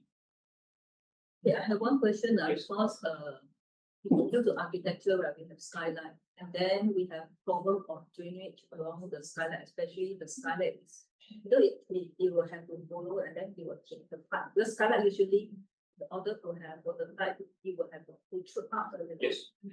Then that is a part. So if your ridge is small, it's not flat, you have to fall to the way. So do you have really have those accessory, or instead we have to look for the roof particular stuff? The skylight is also tricky, and based on what I've observed, right, sometimes also depends on the skylight where you design. In the middle. Middle could be tricky because if you are on near the ridge, In the middle. Yeah. It can be everywhere. correct. I do not have exactly the method, but we do come normally within the middle, right? We need to have some kind of capping or flashing, right? You have to connect the back of the skylight all the way back to the ridge, so that Exactly. So we are having that problem because we specify at the same time we have skylight, and then we have to look for the NSC to give us the solution. So at the moment that I would think that for your side you still don't have that kind of accessory. The NSC to design to solve the problem. that's why at the moment, like I say, the design can be varied, it can be middle, it can be and so on and so on. That's why they don't have a standard accessory that can solve all problems. I would say it's a really case basis. Okay. And then sometimes the roofer, some of them are good enough to give solution. Some installer good enough to give solution. So in that part they have to from this let's see, right, they are recommending using their different kind of drainage system, but still using the profile of the roof. Using the profile of the roof, but then they are creating like two here and then another layer of flashing double protection.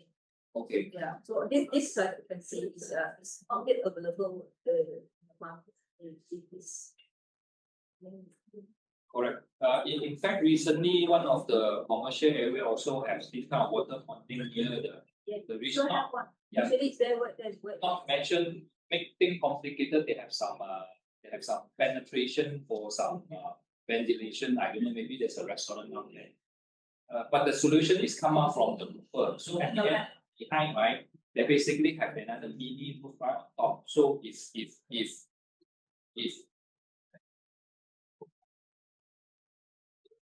this is your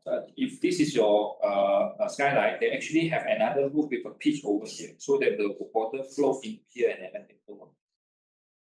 The roofer proposed that one instead of one flat piece. So see how. So any if there's no further question, go for your break first, and then you can just stop by and then Q&A. Thank you.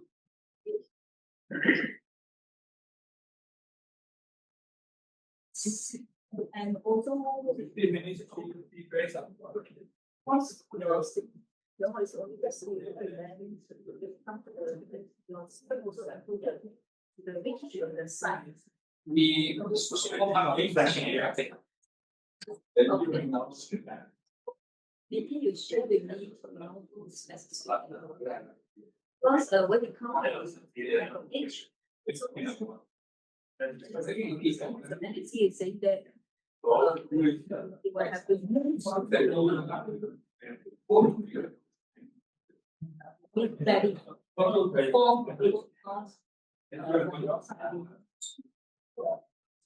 tapping. Okay.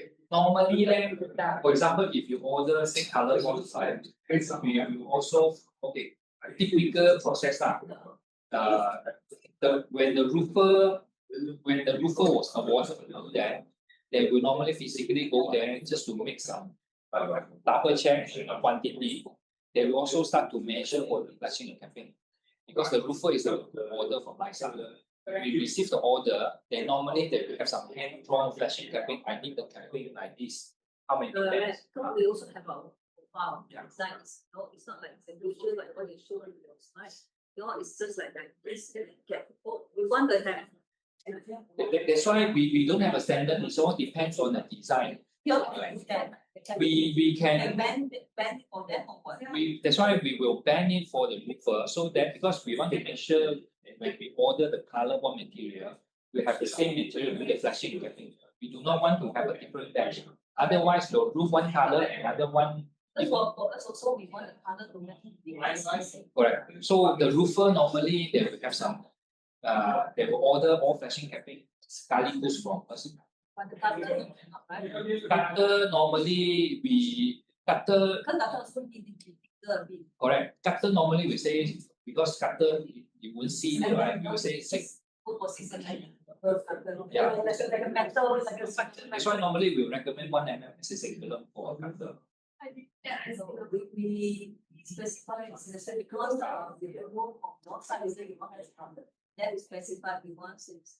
Say you want stainless steel, right? Normally the cooper, then they will buy stainless steel. Of course, they will buy someone and embed it into a. Yeah. So from your side, they take the back. We cutter basically is zinc film fence. And see that back at the design is also subject to the final, because the cutter not necessarily like this, sometimes the cutter can be like this also. So the roofer normally will do a measure in custom. There are situations where the architect is not happy with the way the roofer discuss. That is where you call for meeting everybody. Yeah. It's also true. That's why at the end of the day, there are situations where unless we have really both still design all in our practice, from one project to another project, then we have those things that we have put. For example, you can, for example, go to our website. You can download. We do our standard detailing with all these flashing and capping. So those are.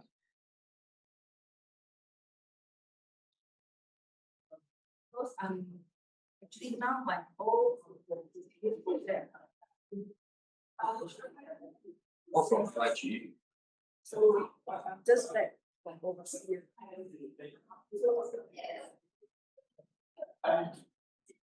So now the client, my lead start to think about modular design, and then the client will want and then we are experimenting all this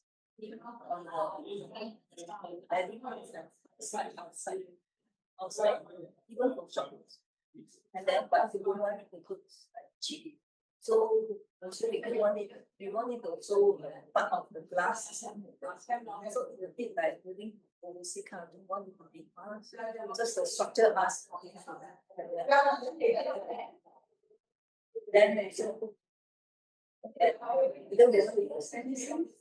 not sensitive, but then it has to fulfill the GPI requirement and the spark requirement. That from inside, you will just bend find they want the ceiling, they do go and do the ceiling of the tenant, they go and shop lock.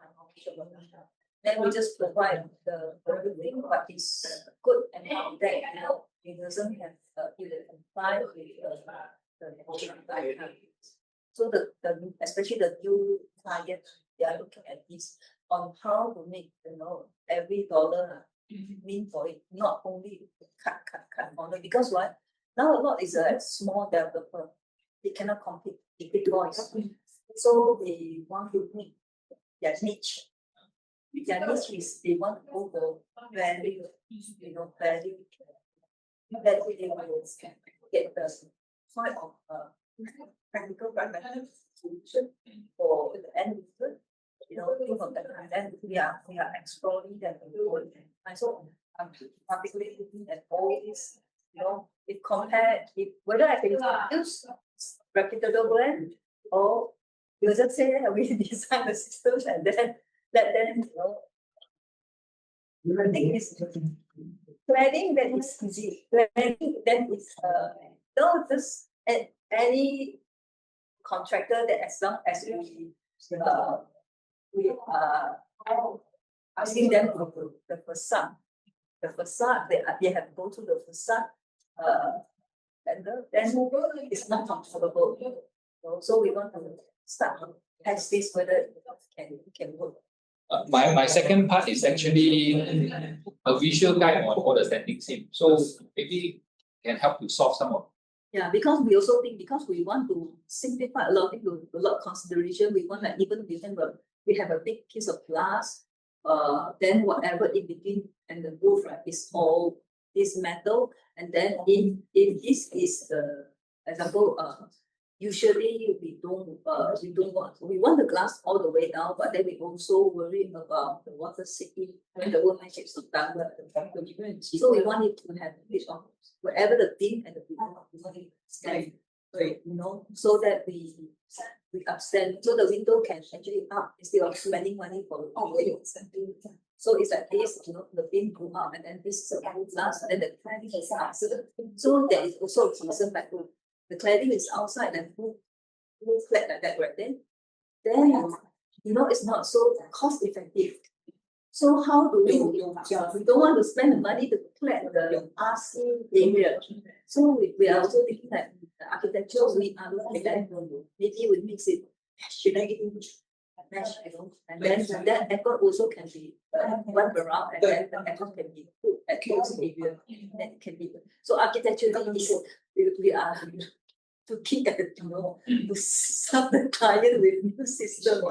But also very particular. Very particular. I told you I made New generation, all these clients they are their second or third generation come back from overseas one. Actually, that sometimes the information is overlooked. They just go and check internet and ask around, talk out, what are you? Yes. It could be wrong info.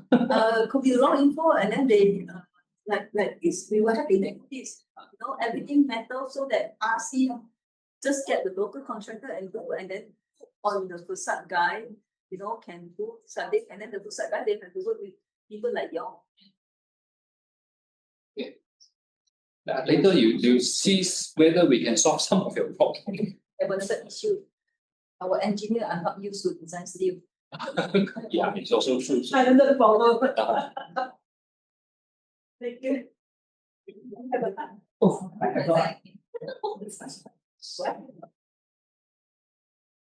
okay. I mean, we used to talk processing quite. Oh, okay. Oh, now you are looking at the yes, but then could be other Swiss. Your spec is but my spec is Incoming.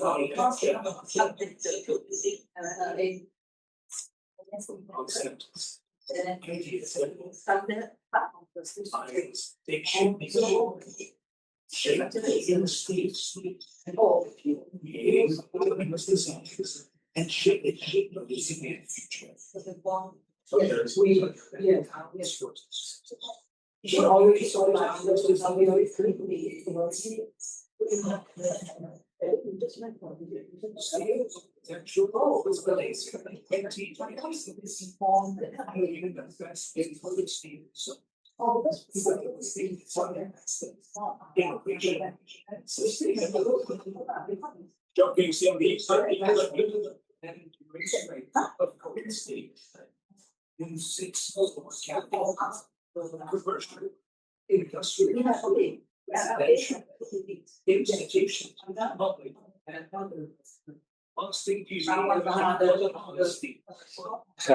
可以加上。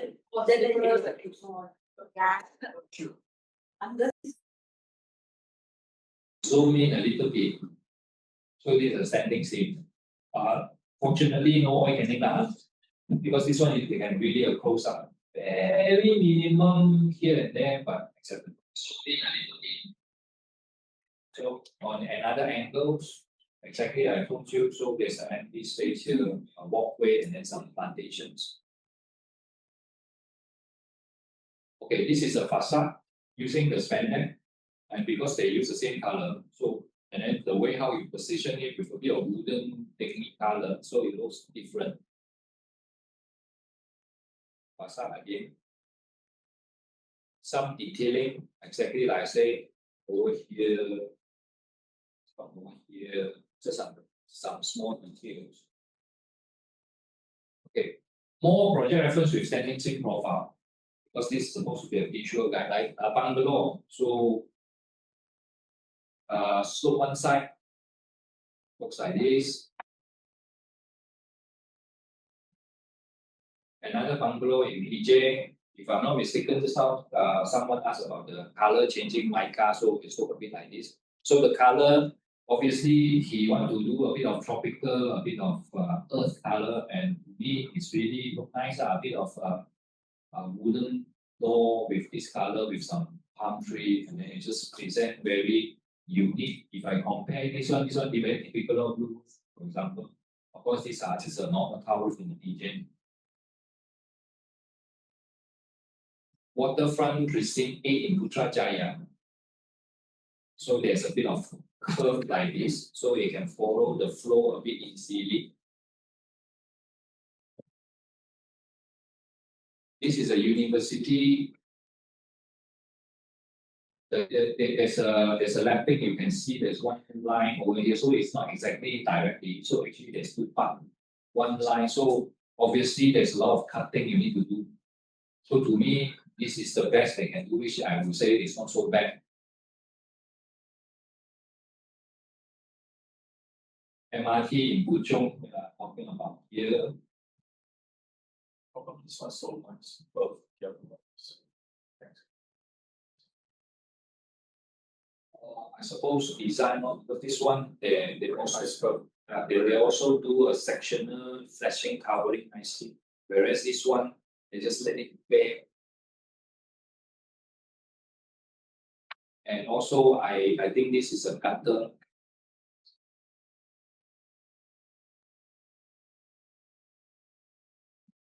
So from here, you can have some idea what is the best way. As they say, this is a Meru Valley clubhouse. For your information, for example, I asked the question before. Sometimes we also have some JKR, let's say masjid design. I mean, normally, the masjid, the dome, right, is normally aluminium or stone. So you can imagine if you use steel, because it's difficult. So I think this one is already not so bad. Okay, the other one is very clean slate of let's say this is academy cyber, but I mean it's a university UKM, right? So it can be as clean, as nice, as tidy as this. Just now the Starbucks. Just now the hand study, some close up. Turek Park in Kuching for the wall. And obviously, I believe this original concrete wall, and then they clad it again. There's a story behind the designer is a Masale. Original design, they want to use cotton steel, that means the rusted material. Then I see some people already shaking head. But the fact is, cotton steel is basically a rusted material, so that it looks natural. But then, because it's rusted, it has to be very thick so that it can last for the next couple of years. But then, that's why you have to have the quality issue. You have to worry about. You have to the load of the whole building becomes so heavy and so on. So eventually, just use a normal color one. And again, this is the same color as the Unstudied, the XPT copper tiny. It is still much, even though it's XPT, it's still cheaper than the copper steel. So eventually, this is exactly what the architects want. So I thought it's ideal. This is just a LRT depot, and guess what? They use a spandex for their roof, and then they use the standing seam for their facade. So the other way around. This is not the 360, this is the seat deck, the Paris bucket, which it is a close-up look like this. So, but from far, it still looks like a typical standing seam. This is in Singapore, how they use the standing seam. This is a restaurant in Thailand. But I was, according to our Blue School literature, the restaurant owner is also architect. So they use this standing seam to turn this steakhouse into a nice building like this.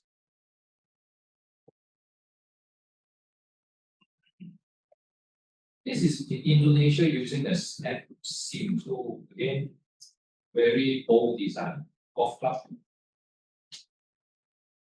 Just want to find an example of the smart seam. This is in Vietnam, but close. Oh, I don't have that. So these are just some of the visual guide on standing seam. Any questions so far? On the dot, about 5 minutes before 12, some Q&A.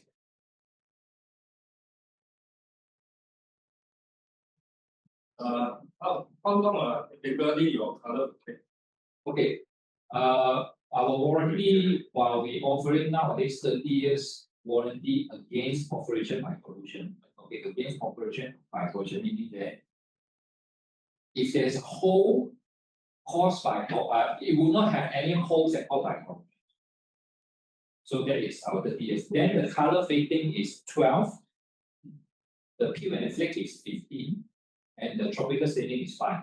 So color fading, we offer 12 years warranty that it would fade. If it will fade systematically, because we will have a delta of some number, so it will not fade more than that number.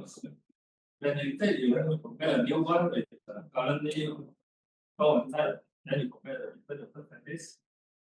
Yes, there's a delta because there's a machine that can measure the color significantly. So there will be a delta, that means color difference. So this group established, if I'm not mistaken, it will not more than a delta of 12. So should anybody want to argue, right, it can be proven by using a machine to measure. Yes. Recent trend now, everyone is doing perforation. Yes. Stainless steel, aluminum. How about okay, steel? Later we just did this on first. Then see from single, okay, if let's say galvanized steel, whether it's singular or galvanized, the moment you cut or you punch, the surrounding, there will be no more protections. So you will have so-called the rusted edge or your perforation will have that. That's why typically if people want to do perforation, they would prefer either a full aluminum or a stainless steel. But if you want to use singular, also can, but you expect that there will be some minor rust at the area. Then between singular and GI, and also super diamond, I will say that they will have some rust. But again, if it's a thinner material, over time, right, it's a fact there's some literature. Because of the oxidation process, some of the oxidation, whatever remaining, right, will become a protective layer. So initially, yes, you may see some rust, but over time, right, you will have the so-called self-healing effect. Those whatever compound left over, they will cover this, they will cover have a longer shelf life. So for sure you do it, say manually or say actually.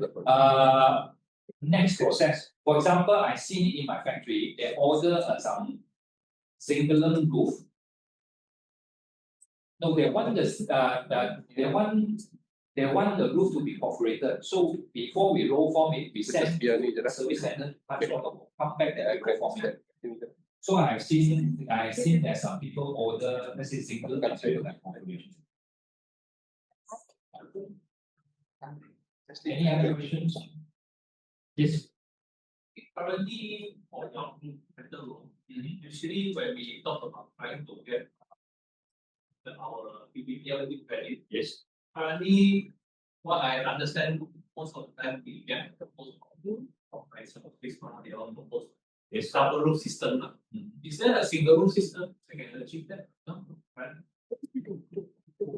If you ask me for thermal, right? Thermal is very straightforward in a sense that if you have 2 layers of rock wool 50 mm, 40 kilogram per meter cube density, generally you can achieve your U value. You don't really need a double roof, but for sound purposes, right? You normally need a double roof.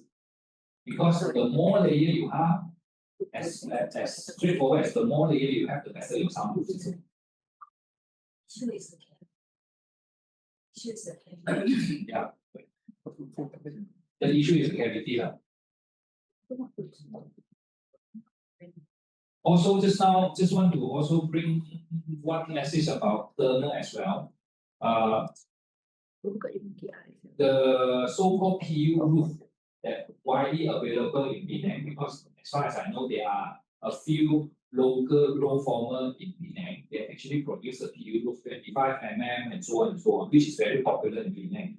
Just take note that normally PU roof may not have the BOMA requirement. Yes, it's very cheap, but then if you ask you to sign, right, you have to think twice. Because that is also for thermal purposes. Yeah, and then probably it's easy to handle because one layer only, the whole roof comes with a PU. And I just install, so I don't have to worry about aluminum foil, roof spacer. But then in terms of BOMA, the fact is PU is not fire rated.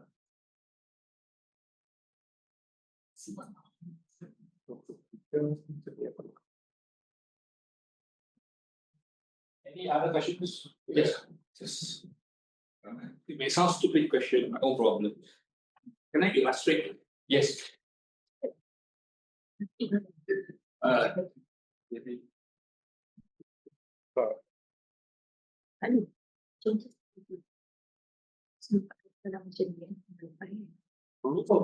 This is corrugation. Corrugation. Yes. You can curve it this way, yes, quite easily. Yes. How about doing this type of curve? Okay. For example, you see this picture. This picture is our span neck, which is the trapezoidal. It's actually curved. It's actually curved because how we curve it is we curve it this way. Yeah, correct. So the whole roof is like this. It's very easy. But when you curve this way, right? This one you have, we have two possibilities. Either it's a natural sprung curve, and it has to be certain length, or we have to stand for curve it. You have two options. But again, not all the roof can do. For example, some like for example, clip lock, if you are familiar clip lock. As you understand, the clip lock, the grip has the so-called mushroom, it's very rigid, right? You may be able to do a bit of concave a little bit, but you cannot clip on back. How do they do the water time? Australia. Yeah, water time. Oh, there they curve this way. They horizontal. I think they pre-curve it in factory. Just like the cream curve. Cream curve, you know, the so-called the blue nose, sometimes for bus stop, bus stand. Those is a cream curve. You have to send for machine. I can pick good. So I think the Australia water tank, that profile is called it is we oscillate it with iso prefab. Yeah, it's a prefab. That's why for natural, because some roof cannot because of the configuration. So you go back and check it first, and then you can advise which one can, which one. So sekarang access pilih scan part.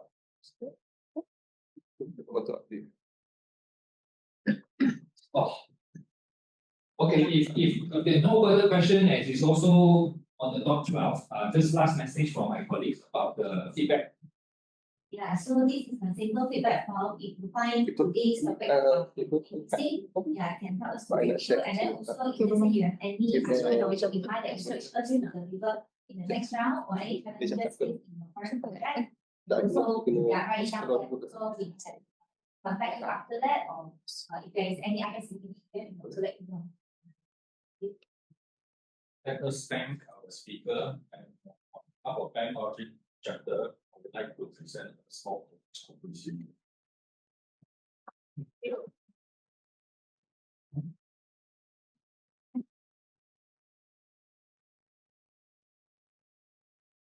Okay, thank you.